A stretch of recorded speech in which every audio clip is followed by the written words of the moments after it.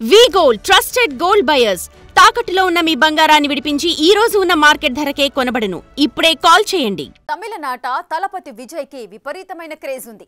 ఆ క్రేజే ఇప్పుడు పొలిటికల్ ఎంట్రీకి దారి తీసింది. వచ్చే ఏడాది జరిగే అసెంబ్లీ ఎన్నికల కోసం ఇప్పటి నుంచి ప్రచారాలు మొదలుపెట్టారు. లేటెస్ట్గా కరూర్ ర్యాలీలో ఘోరమైతే జరిగిపోయింది. 41 మంది చనిపోయారు.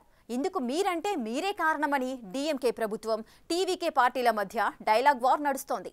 మరి ఇంతటి విషాదాన్ని నింపిన ఈ ఘటనతో విజయ్ పార్టీకి మైనస్సా? ఏం జరగబోతోంది?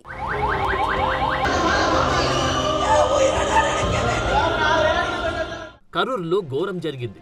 విజయ్ ప్రచార ర్యాలీలో తొక్కిసలాటతో 41 మంది చనిపోయారు. ఇందులో మహిళలు, పిల్లలే ఎక్కువగా ఉన్నారు. విజయ్ మామ, విజయ్ సర్ అని ప్రేమగా పిలుచుకునే జనం ఇప్పుడు ఆ తలపతి ర్యాలీలోని ప్రాణాలు విడిచిన పరిస్థితి. ఇది మాటలకు అందని విషాదం. ఏ ప్రజల కోసమైతే రాజకీయాల్లోకి వచ్చి పార్టీలు పెడుతున్న వారు ప్రచారాల్లో అదే ప్రజల భద్రత పట్టించుకోనక్కర్లేదా? ఇలాంటి ప్రశ్నలే ఇప్పుడు వస్తున్నాయి. తొక్కిసలాట ఘటనతో తమిళనాడు రాజకీయం ఒక్కసారిగా వేడెక్కింది. ఇప్పటికే విజయ్ గతేడాది చేసిన వేర్వేరు ర్యాలీల్లో 11 మంది చనిపోయారు. ఇప్పటికే టీవీకే పార్టీ విజయ్ పై చాలా డ్యామేజ్ ఉంది. ఇప్పుడు ఈ ఘటనతో మరింతగా మైనస్ పెరుగుతుందంటున్నారు. ఒక సభ పెడితే ఆ పార్టీపై అభిమానంతో వచ్చే వారికి సెక్యూరిటీ కల్పించడం, క్రౌడ్ మేనేజ్మెంట్ చేయడం కనీస బాధ్యత. కానీ అదే జరగట్లేదన్నది టీవీకేపై వస్తున్న ప్రధాన ఆరోపణ. అయితే ఈ డ్యామేజ్ నుంచి తప్పించుకునేందుకు టీవీకే ప్రయత్నాలు చేస్తుంది. డ్యామేజ్ కంట్రోల్ కోసం ప్రయత్నాలు జరుగుతున్నాయి. మరోవైపు డీఎంకే కూడా ఎదురు దాడికి దిగుతుంది. రాజకీయాలకు ఇది సమయం కాదు అంటూనే నిర్లక్ష్యంపై ఫైర్ అవుతున్నారు. సో తప్పు ఎవరిది అన్నది ఇవాళ కాకపోయినా కమిషన్ వేస్తారా, సిబిఐ ఎంక్వైరీనా, మరొకటా అన్నది ఖచ్చితంగా ఉంటుంది. ఎందుకంటే చనిపోయింది ఒకరో ఇద్దరో కాదు, ఏకంగా 41 మంది. ఇందులో మహిళలు, పిల్లలే ఎక్కువగా ఉన్నారు. ఊపిరాడక క్షణాల వ్యవధిలోనే చనిపోయారు. ఇది ఘోరమైన విషాదం. మరి ఇంతటి విషాదానికి ఎవరు కారణమన్నది ఖచ్చితంగా తేలాల్సిందే.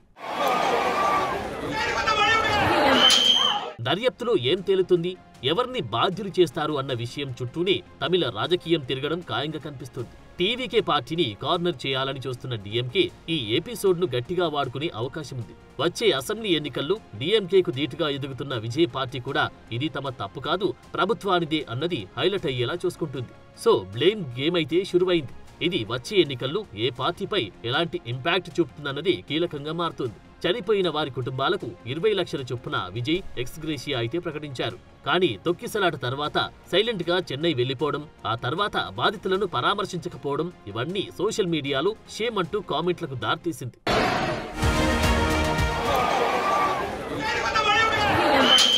తొక్కిసలాట ఘటన తమిళనాడులో ముఖ్యంగా టీవీకేకి పొలిటికల్ గా షాక్ గా మారింది. అసలు సెప్టెంబర్ 27న కరూరు వేలుస్వామిపురంలో సీక్వెన్స్ గా ఏం జరిగిందన్నది 1 by 1 చూద్దాం. స్టాంపే ట్రిగ్గర్ ఏంటో డీకోడ్ చేద్దాం. నిజానికి ర్యాలీ టైం ఉదయం 10 నుంచి మధ్యాహ్నం 3 గంటల వరకు ఇచ్చారంటున్నారు. అయితే ర్యాలీ జరిగే చోటుకు విజయ్ చాలా సేపటి వరకు రాలేదు. అలాగే జనానికి కేవలం 10,000 మందికి అనుమతించారు. కానీ 40,000 నుంచి 50,000 దాకా పోగయ్యారు. అది కూడా ఇరుకుగా ఉన్న ప్రాంతంలో. ర్యాలీకి వచ్చిన వారిలో మహిళలు, పిల్లలే ఎక్కువగా ఉన్నారు. నిజానికి పోలీసులు టీవీకే కోరిన 4 స్పాట్లు రిజెక్ట్ చేశారంటున్నారు.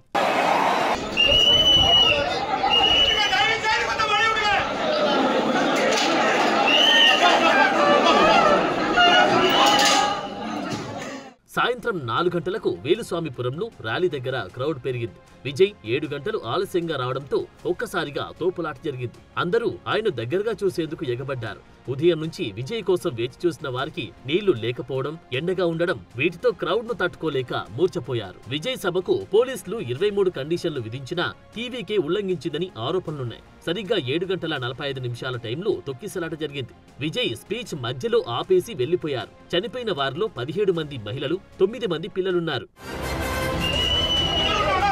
టీవీకేది క్రిమినల్ నెగ్లిజెన్స్ అని డీఎంకే ఫైర్ అవుతుంది. క్రౌడ్ పెంచడానికి ఇంటెన్షనల్ గానీ ర్యాలీ డిలే చేశారన్నారు. అలాగే రూల్స్ ఉల్లంఘించారన్నారు. రోడ్ షోలు, క్యాన్వాస్ సైజ్ కూడా పెద్దదిగానే ఉందన్నారు. అంతేకాదు డ్రోన్ షాట్స్ కోసం మీటింగ్ ఆలస్యం చేశారన్నారు. డీఎంకే స్టూడెంట్ వింగ్ అయితే విజయ్ ఇంటి ముందు నిరసన తెలిపింది. రాళ్లు రువ్వడంతోనే తొక్కిసలాట జరిగిందన్న టీవీకే వాదనను డీఎంకే తోసిపుచ్చింది. మరోవైపు డీఎంకే కుట్రతోనే తొక్కిసలాట జరిగిందంటున్నారు. లాఠీ చార్జ్, రాళ్లు రువ్వడం, పైగా పోలీసులు క్రౌడ్ కంట్రోల్ చేయలేకపోవడం, ఇవన్నీ జరిగాయంటున్నారు. డీఎంకే ప్రభుత్వ భద్రతా వైఫల్యమే ప్రమాదానికి కారణమని బీజేపీ విమర్శించింది. బీజేపీ నేత అన్నమలై అయితే సిబిఐ దర్యాప్తునకు డిమాండ్ చేశారు. సో ఓవరాల్ గా తమిళనాడు కరూర్ ఘటనలో బ్లేమ్ గేమ్ పొలిటికల్ టెన్షన్ ను పెంచుతుంది. 7:30 గంటల సమయంలో పవర్ కట్ జరిగిందని, అదే భయాందోళనకు దారితీసిందన్నారు. నిజానికి పవర్ కట్ చేయాలని టీవీకే రిక్వెస్ట్ చేసినా ప్రభుత్వం ఆ పని చేయలేదని డీఎంకే వివరణ ఇచ్చుకుంది. పార్టీ ఏర్పాటు చేసుకున్న జనరేటర్ సమస్యలతోనే లైట్లు డిమ్ అయ్యాయంటున్నారు. విజయ్ రాకముందు తీగలకు తగిలేలా చెట్ల కొమ్మలపై ప్రమాదకరంగా ఉండడంతో క్రౌడ్ కంట్రోల్ కోసం కొద్దిసేపు పవర్ ఆఫ్ చేశారంటున్నారు. అయితే ఇదే భయాందోళన పెంచిందని టీవీకే పార్టీ ఆరోపిస్తోంది. మరోవైపు ఈ ఘటనపై ప్రొటెక్షన్ ఇవ్వాలని మద్రాస్ హెచ్సీలో పిటిషన్ ఫైల్ చేసింది. సిబిఐ దర్యాప్తుతోనే నిజాలు తెలుస్తాయన్నది. డీఎంకే పార్టీ వ్యవహారంతోనే ఇలా తొక్కిసలాట జరిగిందన్నారు. విజయ్ ర్యాలీకి సంబంధించి సీసీటీవీ ఫుటేజ్ మొత్తం సేవ్ చేయాలని, స్టాంపేడ్ ట్రిగ్గర్ ఏంటో తెలిసిపోతుందని కోర్టుకు విన్నవించింది. కరెంటు పోవడం వల్లే ప్రమాదం జరిగింది కాదు, చెట్టు కొమ్మ విరిగి పడటంతో తొక్కిసలాట జరిగింది.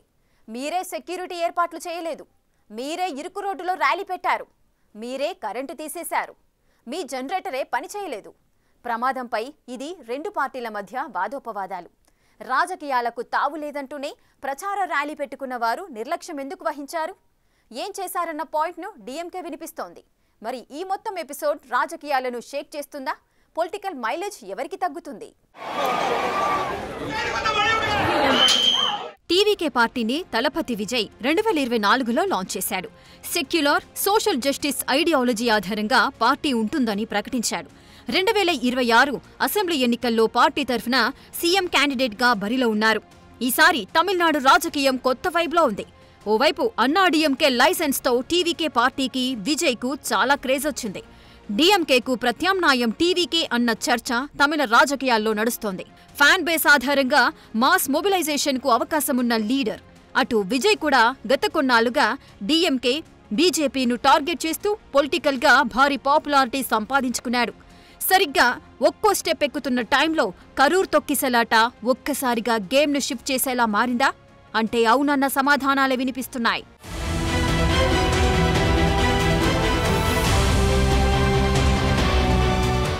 నిజానికి 2024లో తలపతి విజయ్ పార్టీ పెట్టాక చేసిన వేర్వేరు ర్యాలీల్లో ఇలాగే తొక్కిసలాట ఘటనలు జరిగాయి. గతేడాది 3 వేర్వేరు ర్యాలీల్లో 11 మంది చనిపోయారు. అవన్నీ తొక్కిసలాటలు, క్రౌడ్ మేనేజ్మెంట్ సరిగా లేకపోవడంతోనే జరిగాయి. ఇప్పుడు కరూర్ ఘటన ఏకంగా 41 మంది చనిపోవడం అంటే మాటలు కాదు. 2024లోనే మద్రాస్ హైకోర్టు టీవీకే చీఫ్ విజయ్ ర్యాలీలపై సేఫ్టీ గైడ్లైన్స్ ఇచ్చింది, రిస్ట్రిక్షన్స్ పెట్టింది. కానీ పూర్తిగా అమలు కావడం లేదు.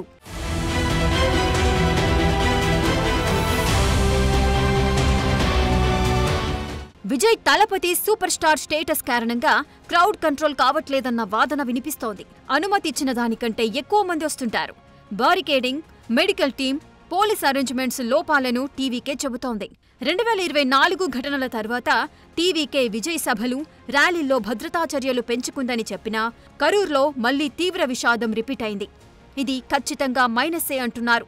రాబోయే ఎన్నికల్లో సభలు, ర్యాలీలనే కంట్రోల్ చేయని వారు రాష్ట్రాన్ని ఎలా పాలిస్తారు? ప్రజలకు ఏది భద్రత అన్న పాయింట్ చుట్టూ డీఎంకే ప్రచారం చేయొచ్చు. ఈ మొత్తం ఎపిసోడ్పై తమిళనాడు సీఎం స్టాలిన్ రియాక్ట్ అయ్యారు. సోషల్ మీడియాలో తప్పుడు ప్రచారాలు, పుకార్లు వ్యాపింపజేయొద్దన్నారు. ఇలాంటి సమయంలో అంతా బాధ్యతతో ఉండాలని సూచించారు. మరోవైపు కరూర్లో అరెస్ట్ విజయ్ అన్న పోస్టర్లు వెలిశాయి.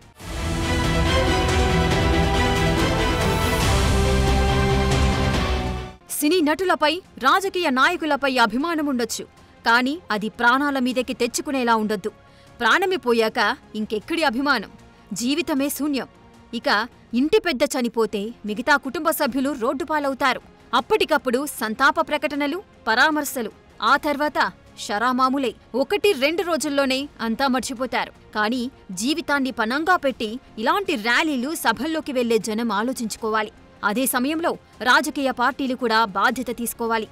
ఏదో సభ పెట్టాం, వచ్చేవారొస్తారు, వారికేదైతే మనకేంటి అనుకునే పద్ధతి కూడా పోవాలి.